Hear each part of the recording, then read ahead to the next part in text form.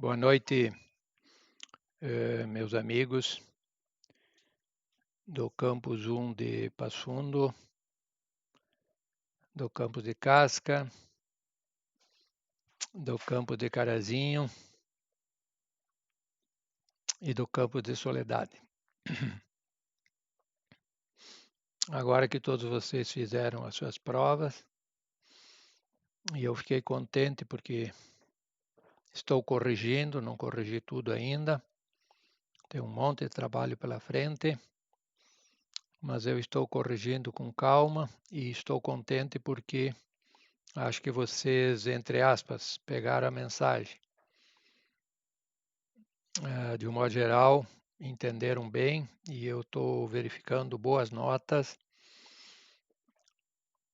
questões bem respondidas, com raras exceções, e, portanto, eu estou contente. Posteriormente, eu farei um comentário sobre a prova, um comentário. Deixa primeiro eu corrigir tudo para ver os pontos fortes, os pontos fracos.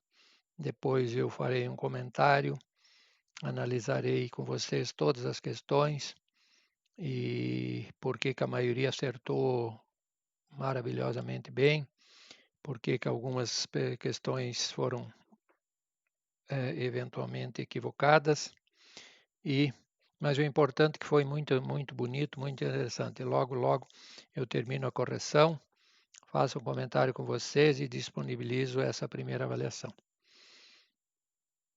Turminha, dando continuidade ao nosso trabalho, tá? Eu quero dizer que eu estou com muita saudade de vocês e adoro dar aula, porém falar para uma tela de computador ou falar não é a mesma coisa do que olhar no rosto de vocês, nos olhos de vocês, cativá-los, incentivá-los, transmitir aquela energia positiva, né? É uma coisa muito bonita a aula presencial. Infelizmente, não por culpa de vocês, nem por culpa minha, nós ainda não temos essa oportunidade de a gente voltar a se encontrar e se olhar nos olhos e trabalhar juntos. Então, eu quero dizer que, eu repito, estou com muita saudade de vocês, que eu adoro sala de aula, eu adoro essa convivência com os alunos, essa transmissão de energia, eu aprendo junto com meus alunos. E no momento, já que eu não posso fazer um abraço presencial, eu quero que vocês recebam o meu abraço virtual, sintam-se todos abraçados, que eu lhes digo de coração que eu queria fazê-lo pessoalmente, para matar a saudade que nós damos arrancada lá em fevereiro, tão bem com as nossas aulas, e de uma hora para outra a gente interrompeu esse contato semanal. De qualquer maneira, vamos dar continuidade na nossa videoaula, essa de número 8, tá? Então eu quero que vocês peguem lá o computador de vocês, quem imprimiu, o polígrafo, enfim, e verifiquem lá para nós que nós estamos vendo aquele arquivo que diz limitações da competência tributária. Arquivo limitações da competência tributária. E, obviamente, ele começa na folha 1, que nós já vimos, folha 2, folha 3, e lá no final, e lá na folha 4 nós paramos. Nós vimos o princípio da igualdade, ou seja, da isonomia. E agora, bem no final da folha 4, nós temos lá o princípio da anterioridade. E é o que eu quero ver com vocês, com o maior carinho, para que vocês possam entender bem que agora nós vamos ver a segunda parte da matéria e depois, obviamente, a gente consegue agora com mais algumas videoaulas passar todo o conteúdo. Portanto, repito, folha 4 lá no final, tá? Do arquivo princípio da competência tributária, nós temos lá princípio da anterioridade. Um princípio muito interessante esse, que eu quero discutir com você rapidamente agora. O princípio da anterioridade diz assim: tem a ver com a vigência, a eficácia e aplicação da lei tributária. Vigência, aptidão da lei para produzir seus efeitos, eficácia, produção de efeito da lei. O que é importante é que existem duas espécies de princípio da anterioridade. O do exercício financeiro, que lembra o ano, né, janeiro a dezembro, e nonagesimal, 90 dias ou noventena, tá? Letra A e B. Agora nós vamos ver rapidinho o seguinte. Fundamento. O fundamento do princípio da anterioridade da lei. Fundamento. Prever uma segurança jurídica aos contribuintes, a fim de que eles não sejam atingidos, a fim de que o contribuinte não seja atingido de surpresa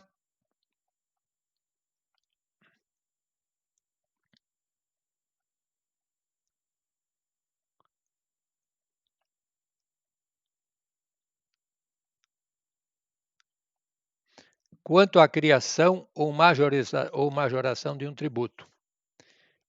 Este princípio deixa claro que o tributo é um custo do contribuinte e, como tal, deve ser bem provisionado e suscetível de repasse no preço do serviço ou do bem. O que é isso?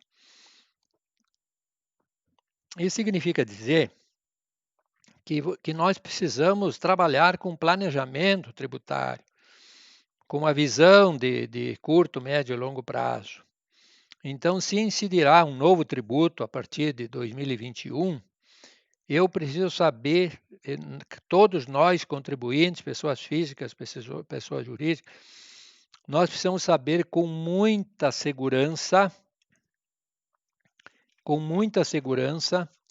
com antecedência mínima de 2020, sabermos o que vai acontecer em 2021.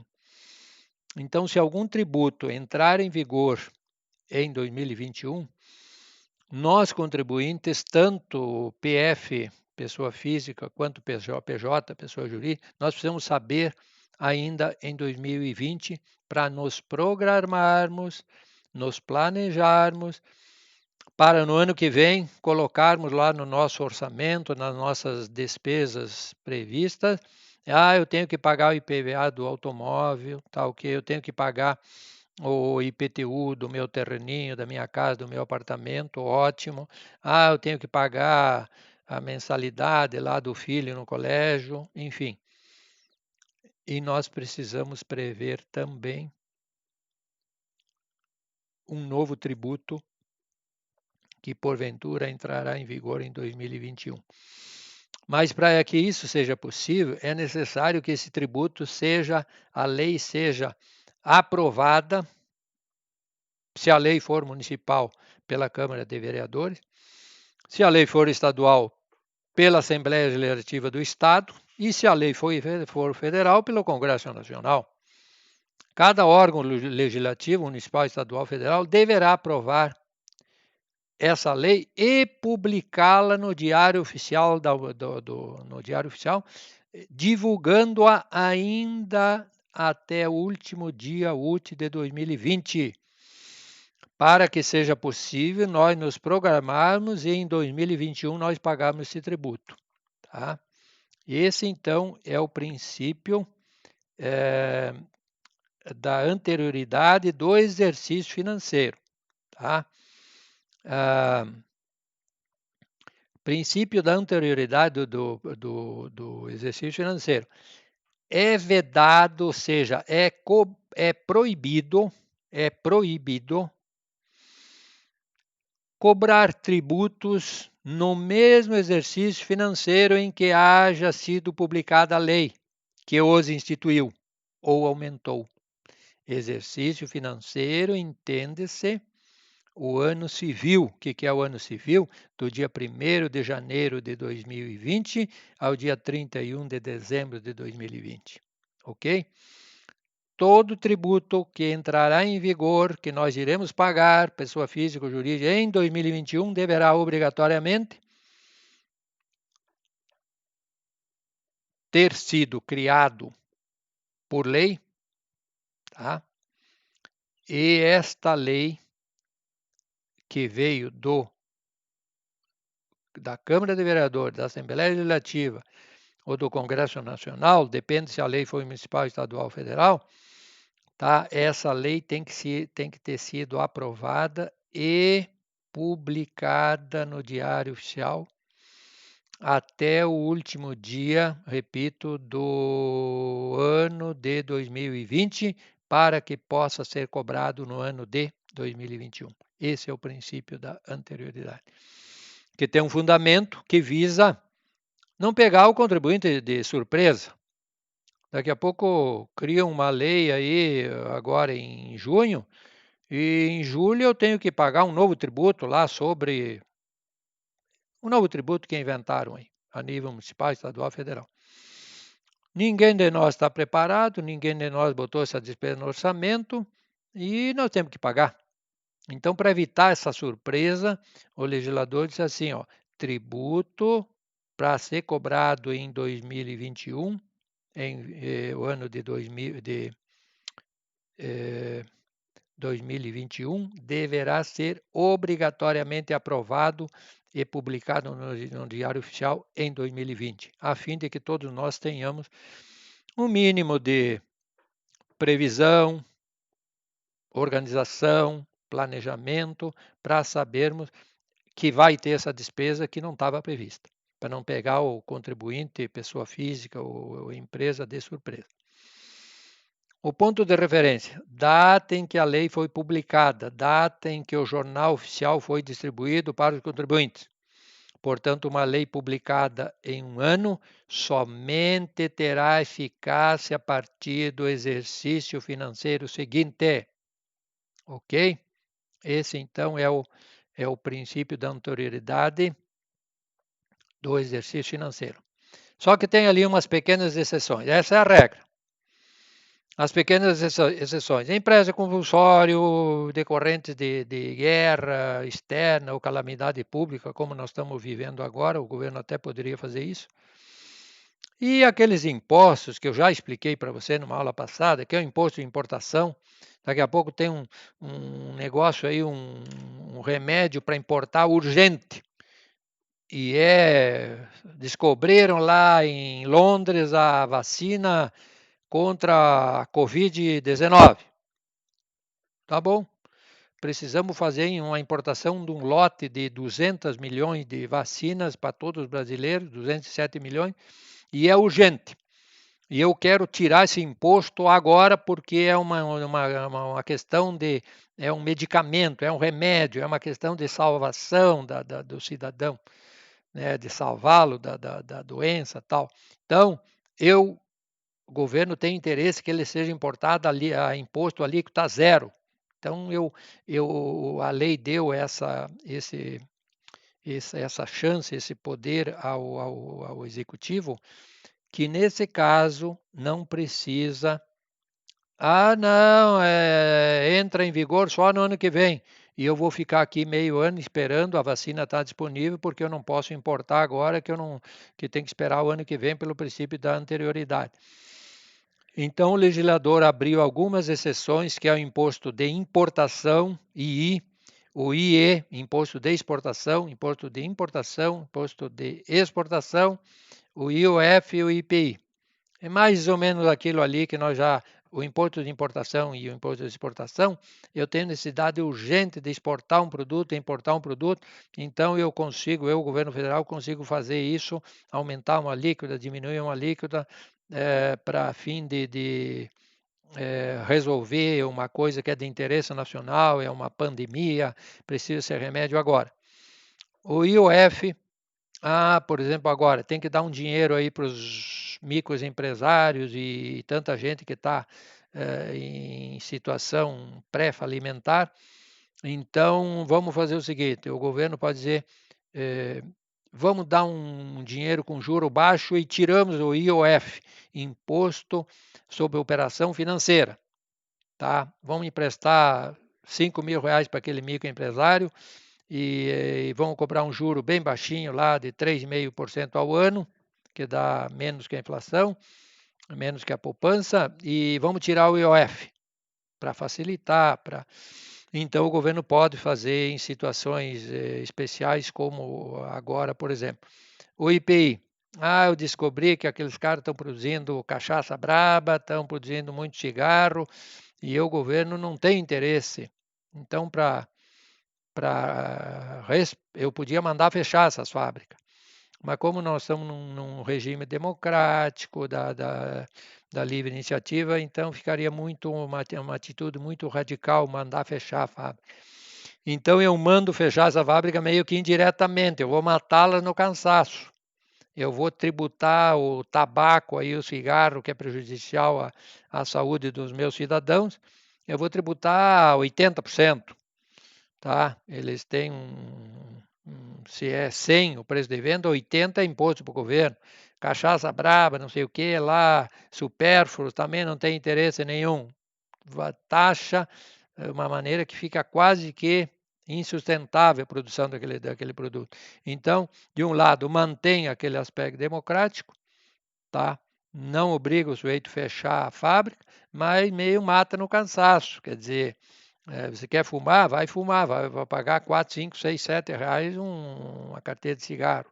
Por quê? Porque ali R$ 1 é custo e R$ 4 é imposto, certo? Então, nesses casos, o princípio da anterioridade faz exceção para o imposto de importação, exportação, IOF e IPI, que são instrumentos, são os instrumentos que o governo tem para flexibilizar uma importação, uma exportação urgente, quando ele tem interesse. O pessoal está pegando muito dinheiro emprestado, vou aumentar o IOF para dificultar, tá? Agora precisamos dar dinheiro para o povo aí, para as pequenas empresas, para eles sobreviverem. Vão baixar essa alíquota do IOF.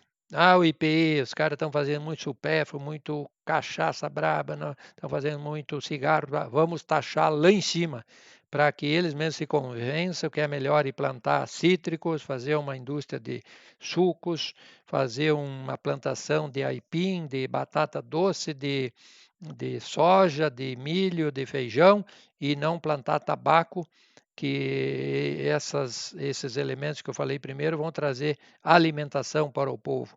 E o cigarro vai trazer a desgraça.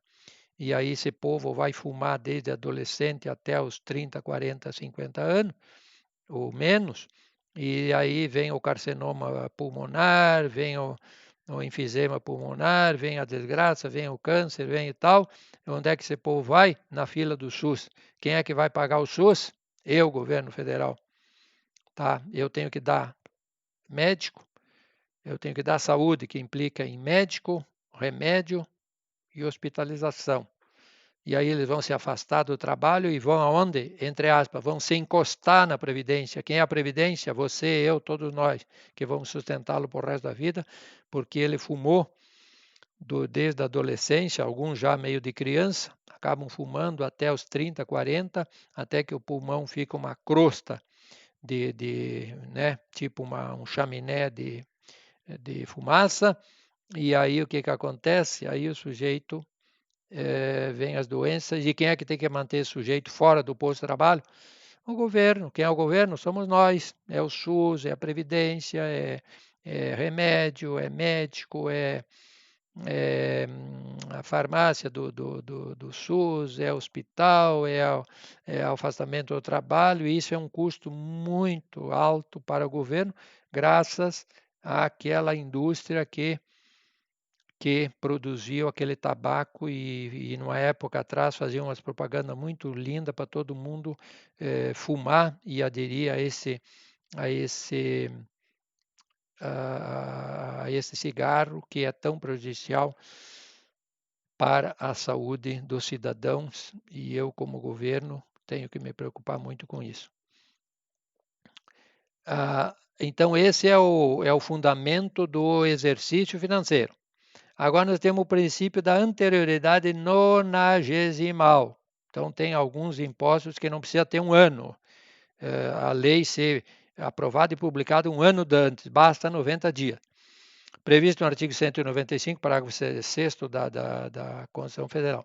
Determina que as contribuições sociais de custeio da Seguridade Social, destinadas à saúde, à previdência e assistência social, só poderão ser exigidas após decorridos 90 dias da data da publicação da lei que as houver instituído ou modificado.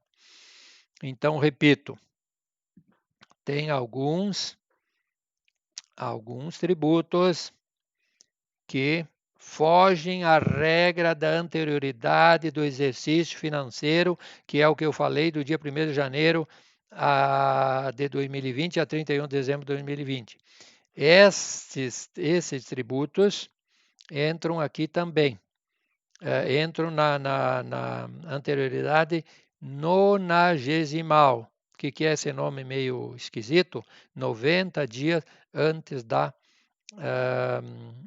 após a publicação. Então, se amanhã, se o dia 1º de junho, for publicada uma lei que vai aumentar a alíquota da Previdência, eu não posso fazer no dia seguinte, mas também não preciso esperar o ano seguinte. Basta eu esperar apenas 90 dias. 90 dias é o mês inteiro de junho, julho e agosto. Dia 1º de setembro pode entrar em vigor, porque passaram-se os 90 dias a anterioridade nonagesimal. Não é como o princípio do exercício financeiro que precisa de um ano para outro. Quais os tributos que entram aqui? Uns eu já citei anteriormente, que é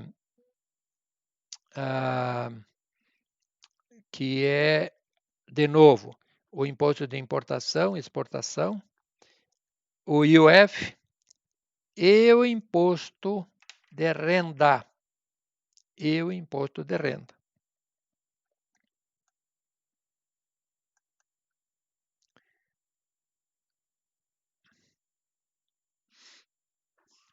Além do imposto de importação, imposto de exportação, do imposto de renda e do IOF, tem também todo ano aquela discussão que se faz na Câmara de Vereadores de Casca, de Passo Fundo, de Soledade, de Carazinho. Nós, vereadores da nossa cidade, quanto nós vamos aumentar o IPTU de todos os imóveis dentro do perímetro urbano de Casca, de Passo Fundo, Soledade e Carazinho? Vai ser o índice oficial da inflação, 3,0, 3,1, vai ser um pouco menos, vai ser um pouco mais. Cada Câmara de Vereadores estipula, tá? Porque é um imposto municipal. Então, cada Câmara de Vereadores, o IPTU é um exemplo típico, que ele pode ser aplicado 90 dias após a sua criação ou majoração. Então, normalmente eu estou falando da majoração, porque não se cria IPTU, que é um imposto que já existe há muito tempo, que é um imposto municipal, IPTU. Imposto sobre a propriedade territorial urbana, que incide sobre todos os imóveis urbanos dentro do perímetro urbano, que são terrenos, casas, apartamentos, salas comerciais, lojas, indústrias, depósitos, etc, etc, etc. Tá? E o IPVA também é um imposto estadual. Alguns erraram na prova, me disseram que é um imposto municipal. Negativo. O IPVA é um imposto estadual. É ele que recolhe. É claro que depois ele vai repassar 50% para o município, mas é um imposto estadual. Nós pagamos exclusivamente para o Estado. Ele vai contabilizar e depois, tem o João lá de Casca que pagou R$ 1.000 do IPVA do veículo dele. É um imposto estadual, você paga a guia, cai no cofre do Estado. Depois o Estado contabiliza, quem é que pagou o João? Da onde? De Casca. Então eu vou devolver para a Prefeitura de Casca 50% do valor que o João pagou a título do IPVA em cima do carro dele. Tá? Então, isso que é tanto o IPVA quanto o IPTU, repito, o IPTU é municipal e o IPVA é um imposto estadual. Estes dois impostos, tá? Eles obedecem o princípio da anterioridade nonagesimal. Não precisa um ano, não. É 90 dias, 3 meses, tá bem? Só uma observação aqui sobre o IPVA. Quando vocês forem prefeitos, vice-prefeitos, vereadores, secretários municipais da prefeitura da sua cidade, atente para um detalhe importante, tá? Aqui em Passo Fundo deve ter mais de 100 revendas, 100 com certeza, deve ter um pouquinho mais de 100 revendas de automóveis, tá? Considerando novos e usados, dá mais de 100 revendas de automóveis. O que eu quero dizer com isso? Muita gente da região, dos municípios, compram veículos aqui em Passo Fundo. E alguns compram novos, outros compram usados. E levam o carro emplacado em Passo Fundo, lá em São Domingos do Sul, lá em Vanini, lá em Casca, lá em Santo Antônio do Palmo, Guaviju, Paraí. E o cara fica rodando lá dentro de Paraí com o veículo, lá dentro de Casca, rodando lá em Casca, reclamando do prefeito que o calçamento está ruim, enfim, usando o veículo para ir para o trabalho, para ir para a universidade, para ir passear lá em Casca, e o carro continua emplacado em Passo Fundo. Tá? E é um carrão de luxo, uma caminhonete lá que vale R$ 100 mil. Qual é o valor desse IPVA? 3% da avaliação do veículo. 3% de 100 mil são R$ 3 mil que o João lá de Casca pagou de IPVA daquela baita caminhonete. Só que onde é que o veículo está emplacado? Em Passo Fundo. Tá? O João, que mora em Casca, vive lá em Casca, reclama que o prefeito não conserta o calçamento, não tem asfalto, não sei o quê. O veículo dele está emplacado, uma caminhonete de luxo, está emplacado em Passo Fundo, ele comprou, nem transferiu para lá. O que acontece? Esses R$ 3 mil que ele pagou da caminhonete, que vale 100 mil, foi para onde? Foi para o cofre do Estado. Aí o Estado contabiliza e devolve 50%, que é R$ 1.500, para a casca? Não, para onde o veículo está emplacado, que é Passo Fundo. Correto? Com R$ 1.500, o prefeito paga uma servente lá da creche com folga, R$ 1.500, dinheirinho vivo na mão. Só que quem vai receber esse dinheiro é o município de Passo Fundo, porque a caminhonete está emplacada aqui em Passo Fundo e não lá em Casca, porque o proprietário não transferiu para lá. Então, o que acontece, pessoal? Se vocês o dia que vocês forem prefeitos, primeira campanha, meus cidadãos de Casca, queiram, por gentileza, emplacar todos os veículos dessa cidade, quem comprou lá em Passo Fundo, não sei, outro município, emplacar em Casca. Aí você paga o IPVA e imediatamente depois retorna 50% para o cofre do município, que vai pagar aquela professora, aquele vigilante, aquele operário, aquele funcionário público com R$ 1.500. E se você manter essa caminhonete emplacada em Passo Fundo, quem vai receber esse dinheiro é o prefeito, é a prefeitura de Passo Fundo, não é a de Casca. Um pequeno senão aí que é uma coisa acaba ficando importante. Entenderam bem, meus amigos? Ainda o princípio da alteridade e as medidas provisórias, De acordo com o artigo 2º, o parágrafo 2º do artigo 62 da Constituição Federal, com redação dada pela emenda 3201, medida provisória, medida provisória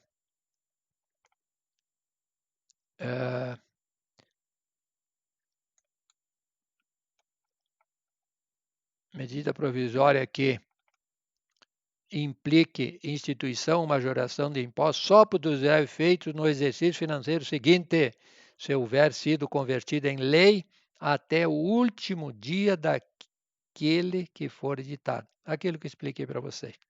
Tá bem, pessoal?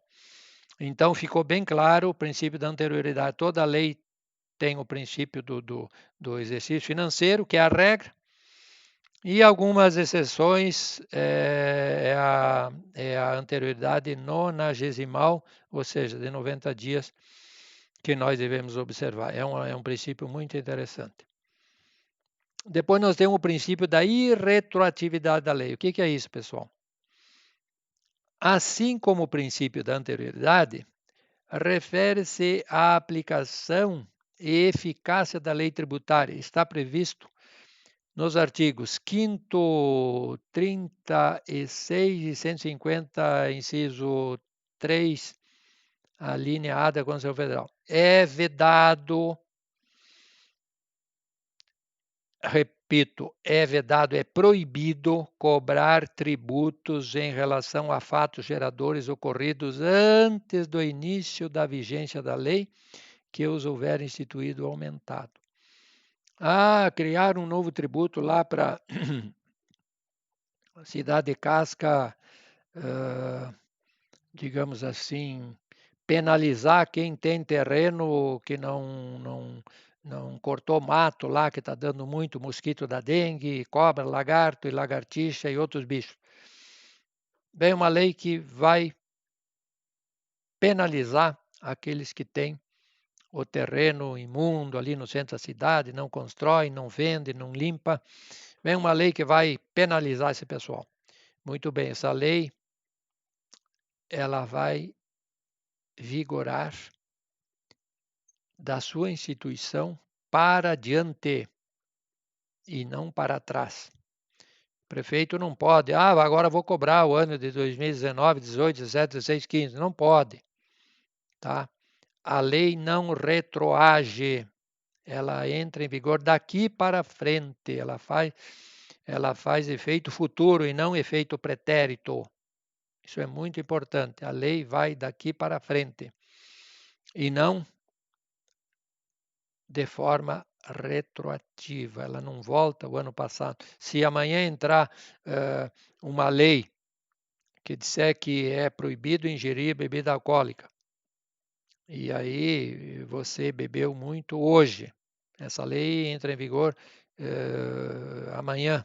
O teu coma alcoólico que você fez hoje, a lei não estava em vigor, você não vai ser penalizado. Agora, a partir da manhã, se você ingerir bebida alcoólica, digamos assim, um exemplo só aleatório, você será atingido por essa lei. Ela entra em vigor e vigora daqui para frente e não para trás. A lei tributária não pode voltar no tempo para incidir sobre fatos geradores ocorridos anteriormente à vigência da lei. Tá? Aplica-se a lei vigente à época de ocorrência do fato gerador. Lei que institua novo critério de apuração ou processo de fiscalização, ampliando os poderes de investigação das autoridades administrativas ou outorgando aos créditos maiores garantias e privilégios. Aplicação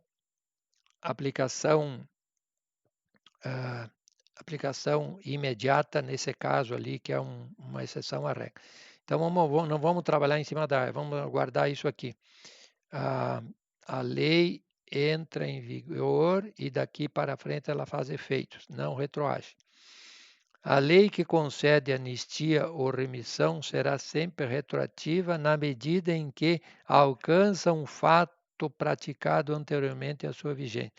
Pode ter algum caso deixa eu só ver isso aqui, conforme o artigo 106 do Código Tributário Nacional, a lei aplica-se ao fato pretérito quando deduzir uma multa ou quando for meramente interpretativa. Por beneficiar o contribuinte, não há que se falar em violação ao princípio da retroatividade. Pode-se tentar pedir, tá? Com efeito retroativo em casos excepcionais para beneficiar o contribuinte e nunca para castigá-lo. Digamos assim, isso se usa muito no direito penal. Desculpe aqui só uma mera colocação. Hoje, digamos assim, qualquer consumo de entorpecente é crime, tá? Se você incidir no crime, tu poderá ser processado, condenado, etc. Mas daqui a pouco vem uma lei nova que diz assim, esse cara, a partir de hoje não é mais crime fazer esse determinado ato que até outro dia era um delito. Então, o cara está preso por um fato que agora não é mais crime. Então, poderá pedir como vai beneficiar esse réu, agora não é mais crime. Então, poderá ser usado em favor do contribuinte, em favor do penalizado e nunca contra ele. Então, em casos excepcionais, ela pode voltar para favorecer o contribuinte no direito penal, para favorecer o réu e nunca para condená-lo. Tá? Ok.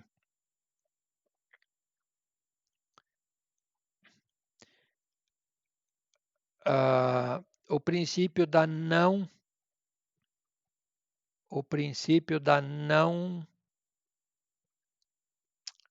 confiscatoriedade. O que é isso, pessoal? Muito importante. É muito importante esse item. Tá? Por que ele é muito importante? Porque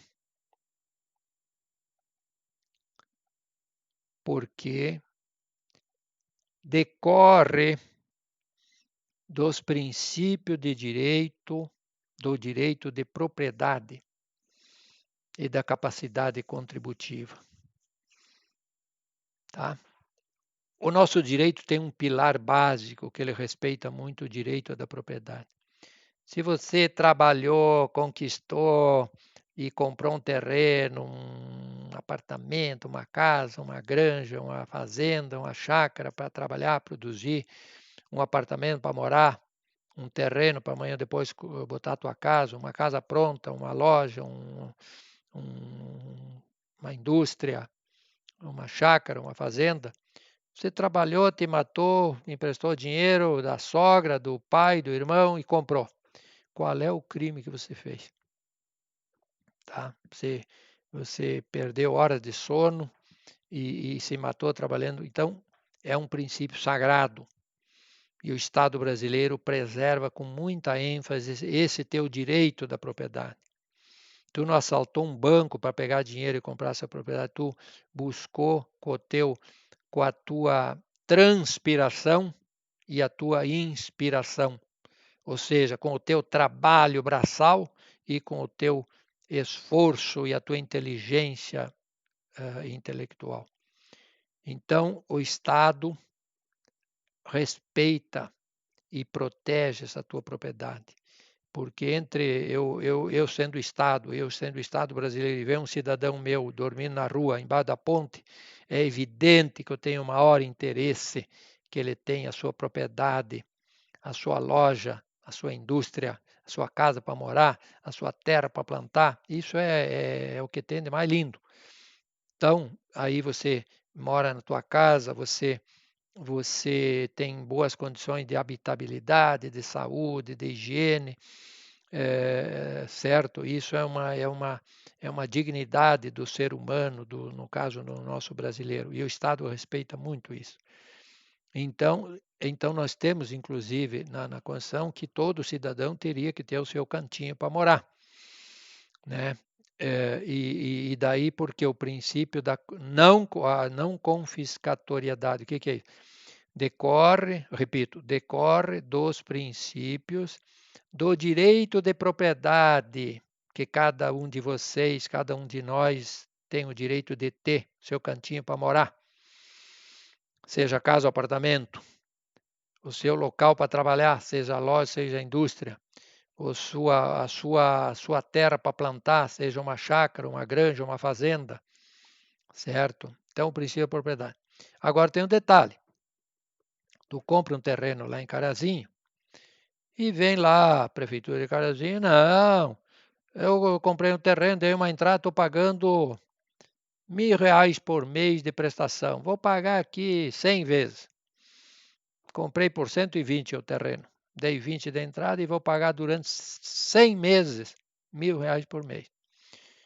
Meu Deus do céu, eu ganho 2.000 por mês, 1.000 preciso viver e me manter e outro 1.000 é para pagar a prestação do meu terreno, tá? Que amanhã eu sonho em colocar sobre ele uma casa. Daqui a pouco vem a prefeitura, não, vamos fazer o seguinte, vamos botar aqui R$ 500 por mês de IPTU em cima desse terreno. R$ 1.000 por mês de prestação e talvez aí 20, 30, 40, R$ 50 por mês de IPTU, você aguenta, você paga. Mas se a prefeitura me colocar 500, 400, 500, R$ 600 por mês de IPTU, dá meia prestação, eu não vou conseguir pagar nunca. O que eu vou fazer? Eu vou deixar de pagar. Tá? E aí o que vai acontecer? A prefeitura vai me confiscar esse terreno, vai mandar vender em praça pública, eu fiquei 1 ano, 2, 3, 4, 5 sem pagar, acumulou uma dívida extraordinária, vai mandar vender em praça pública e com o dinheiro pago o imposto e daqui a pouco eu fico sem dinheiro que eu já paguei, sem terreno e vou morar aonde? Embaixo da ponte, correto? Então nós temos que manter sempre esse equilíbrio. A questão da direito de propriedade, direito de você ter o teu terreno, teu apartamento, tua casa, versus a tua capacidade contributiva, que as coisas têm que andar equilibradas. Eu não vou tirar o mérito da prefeitura de Carazinho, que tem o direito de cobrar o IPTU, que é legítimo, que é legal, que é moral, que é ético, que tem que pagar. Agora, nós temos que fazer sempre o equilíbrio entre o que eu quero cobrar e o que o contribuinte pode pagar. Se ele está pagando a prestação de 1.000, como é que eu vou pagar 1.500? Eu mal consigo pagar 1.000. Talvez eu pague 20, 30 por mês, 40, eu consigo. Agora botou que 400, 500, 600 reais por mês, eu entrego, chuto o balde, viro as costas, vou embora. Vou perder o que eu paguei, não vou construir, vai tirar o meu ânimo, o meu sonho de ter a minha casinha própria e vou pedir favor, vou entrar na fila da casa ali do sem teto para alguém me dar uma casa, ou vou invadir. Então, pessoal, isso aqui é uma coisa muito séria. É o princípio do equilíbrio. Letra A, direito de propriedade. Tá? Sagrado por parte do cidadão, por parte do contribuinte. Que você, eu, todos nós brasileiros, temos direito de ter o nosso cantinho, a nossa propriedade, seja casa, seja apartamento, seja um terreno para amanhã ou depois construir a casa, seja uma lojinha para nós trabalhar, seja uma mini indústria, seja uma terrinha para nós plantar, uma chácara, uma indústria. Direito da propriedade do contribuinte. Direito sagrado, garantido pela Constituição brasileira. Versus a capacidade de pagamento, a capacidade contributiva. Esses dois itens de extrema importância entre quem quer cobrar e quem deve pagar e pode pagar, elas têm que ser aqueles pratos, daquelas balanças, da balança dos pratos equilibrados do direito que vocês conhecem. Aquilo lá representa o equilíbrio. Nem de graça e nem um valor que o contribuinte não possa pagar. Tá? Nem 8, nem 80. Tá? Isso é uma coisa muito importante tá? Porque daqui a pouco a ganância de algumas prefeituras, de alguns estados ou da União, em querer sugar demais um valor que o contribuinte não pode pagar simplesmente. Tá, eu ganho 2.000 e pouco, eu preciso 1.000 e pouco para viver, eu pago 1.000 prestação, como é que eu vou pagar 1.500 uma prestação? Impossível. Então, tu vai perder o terreno, vai perder o ano, vai ficar um revoltado e, e a prefeitura vai ter o quê? Um cidadão a mais frustrado, morando mais na ponta, na fila do sem-teto, pedindo casa de graça para a prefeitura. Isso é uma coisa muito importante que nós, gestores, devemos levar em conta. Portanto, a, a carga tributária não pode ser tão insuportável a ponto de retirar a sobrevivência digna do contribuinte ou a titularidade sobre o bem de sua propriedade. Isso está previsto no artigo 150, inciso 4 da Constituição Federal. Portanto, o confisco é definido como a perda involuntária da propriedade, em favor do fisco. Quem de nós que tem o seu terreninho, a sua casa, o seu apartamento, a sua chácara, a sua granja, vai querer perder essa sua propriedade? Daí porque confisco, repito, é definido como a perda involuntária. Eu não quis perder, mas perdi. A perda involuntária da propriedade do teu bem. Em favor de quem? Em favor do fisco, que pode ser municipal, se o teu imposto é municipal, um IPTU, do fisco estadual, se é um ICMS que você está devendo, do fisco federal, se é um IPI que tu está devendo, e por aí afora. Tá? A não confiscatoriedade, então, aplica-se somente para os tributos incidentes sobre patrimônio e propriedade. O que é o patrimônio e propriedade? É aquilo que eu falei numa aula passada, tá? Que só paga imposto quem tem alguma coisa, quem não tem nada não vai pagar nada. Tá? Quem é que paga IPTU? Quem tem um bem imóvel localizado dentro do perímetro urbano do município de Casca, de Passo Fundo, de Soledade, de Carazinho. Tá? Pode ser um apartamento, pode ser um terreno, pode ser uma casa, pode ser uma loja, uma indústria, um depósito, enfim, é um imóvel localizado dentro do perímetro urbano da tua cidade. Aí você vai pagar IPTU. Professor, não quero pagar IPTU. Vende o teu terreno, fica sem imóvel que tu não vai pagar IPTU nunca. Obviamente. Eu entre pagar e não pagar, eu prefiro pagar IPTU. Por quê? Porque é sinal que você conseguiu ter um terreno, ter um bem, então você paga o IPTU. Agora, quem não tem nada, não vai pagar nada nunca. O ITR. O ITR é quando você, a tua família, tem um imposto, tem uma propriedade rural.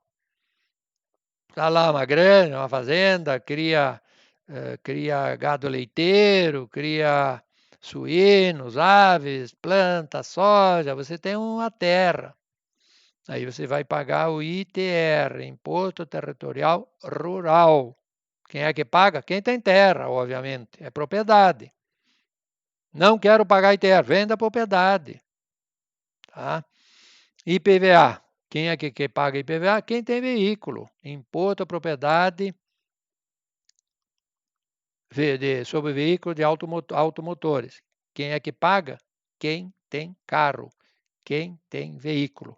Quem não tem, não paga. Imposto de renda, quem paga? Quem pessoa jurídica, quem tem indústria, quem tem, além de ter indústria, tem lucro e vai pagar imposto de renda. E quem não tem indústria, não tem, ou pessoa física que não trabalha, não tem um salário alto, também não vai pagar imposto de renda.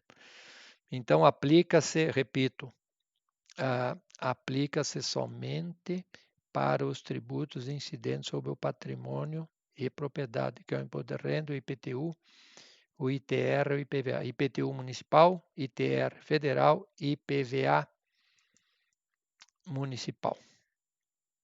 Tá? Ok.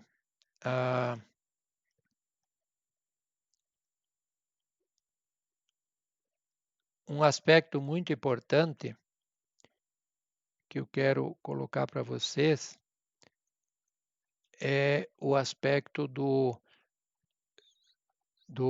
da liberdade de tráfego, tá? Liberdade de tráfego é uma coisa muito interessante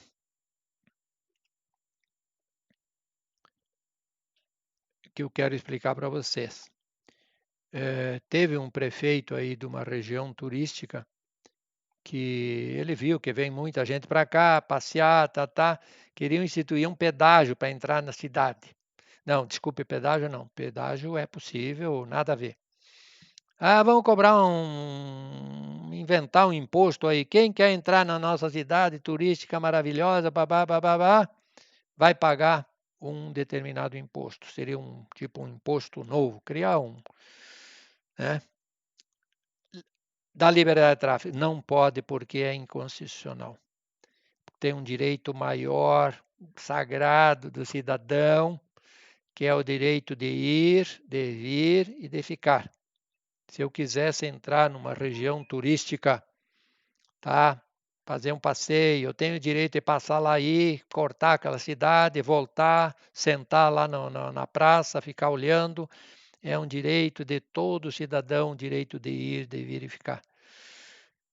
Ninguém, nem governo federal, estadual, municipal, pode ir lá estabelecer. Quem quiser entrar aqui nessa região dos vinhedos, lá de Bento Gonçalves, das hortênsias, lá de Petrópolis, ou Nova Petrópolis, Canela, Gramado, vão botar um imposto para esse pessoal poder entrar.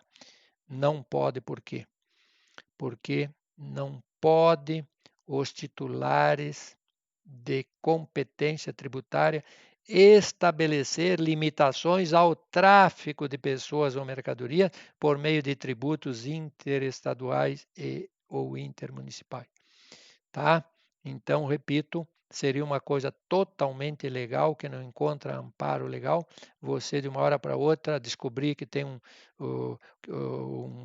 grande tráfico de pessoas de diversos municípios, estados e tal, que vêm nos visitar, já vão taxar esse pessoal na entrada, vão cobrar um imposto deles para entrar. Não pode.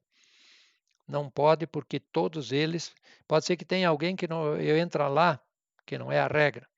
Pode ser que alguém vai lá, quer dar uma olhada, dá um giro aí, não gasta, não toma nem um sorvete. Não vai gastar nada. Dá um giro por lá, vira as costas e vai embora. É um direito dele. Direito de ir, vir e ficar. Correto? Então, a maneira inteligente é você não estabelecer um determinado imposto ali numa portaria da cidade, já deixando o sujeito meio triste, revoltado. Pô, nem cheguei na cidade, já estão me cobrando. Eu nem sei se vou gostar daqui, o que já estão me cobrando para mim entrar na cidade. Então, a maneira inteligente, em vez de botar lá uma barreira cobrando imposto, coloca sejam bem-vindos, sintam-se em casa, conte com o nosso calor humano, papapá, umas coisas bonitas para atrair esse povo, para eles se sentirem bem e ir lá e gastar todo o dinheiro deles lá no município do turístico onde você está lá, você é prefeito, coisa parecida. Agora, não assustar o sujeito já de cara e ainda com uma ilegalidade querendo cobrar um imposto que não encontra respaldo legal. Portanto, repito, você não pode impedir o direito do cidadão de ir e vir, passar pela tua cidade, daqui a pouco você trata ele bem, ele entra, vai lá, se hospeda, gasta e dá lucro e tal, em função daquilo que a cidade oferece, e não de uma impedi-lo de entrar na tua cidade. Portanto, pessoal, assim nós concluímos a nossa aula, a nossa videoaula número essa foi a nossa videoaula número 8, correto? Tá? Eu espero que vocês tenham entendido. Qualquer dúvida, eu estou inteiramente à disposição, mas eu achei muito interessante esses tópicos que nós comentamos, tá?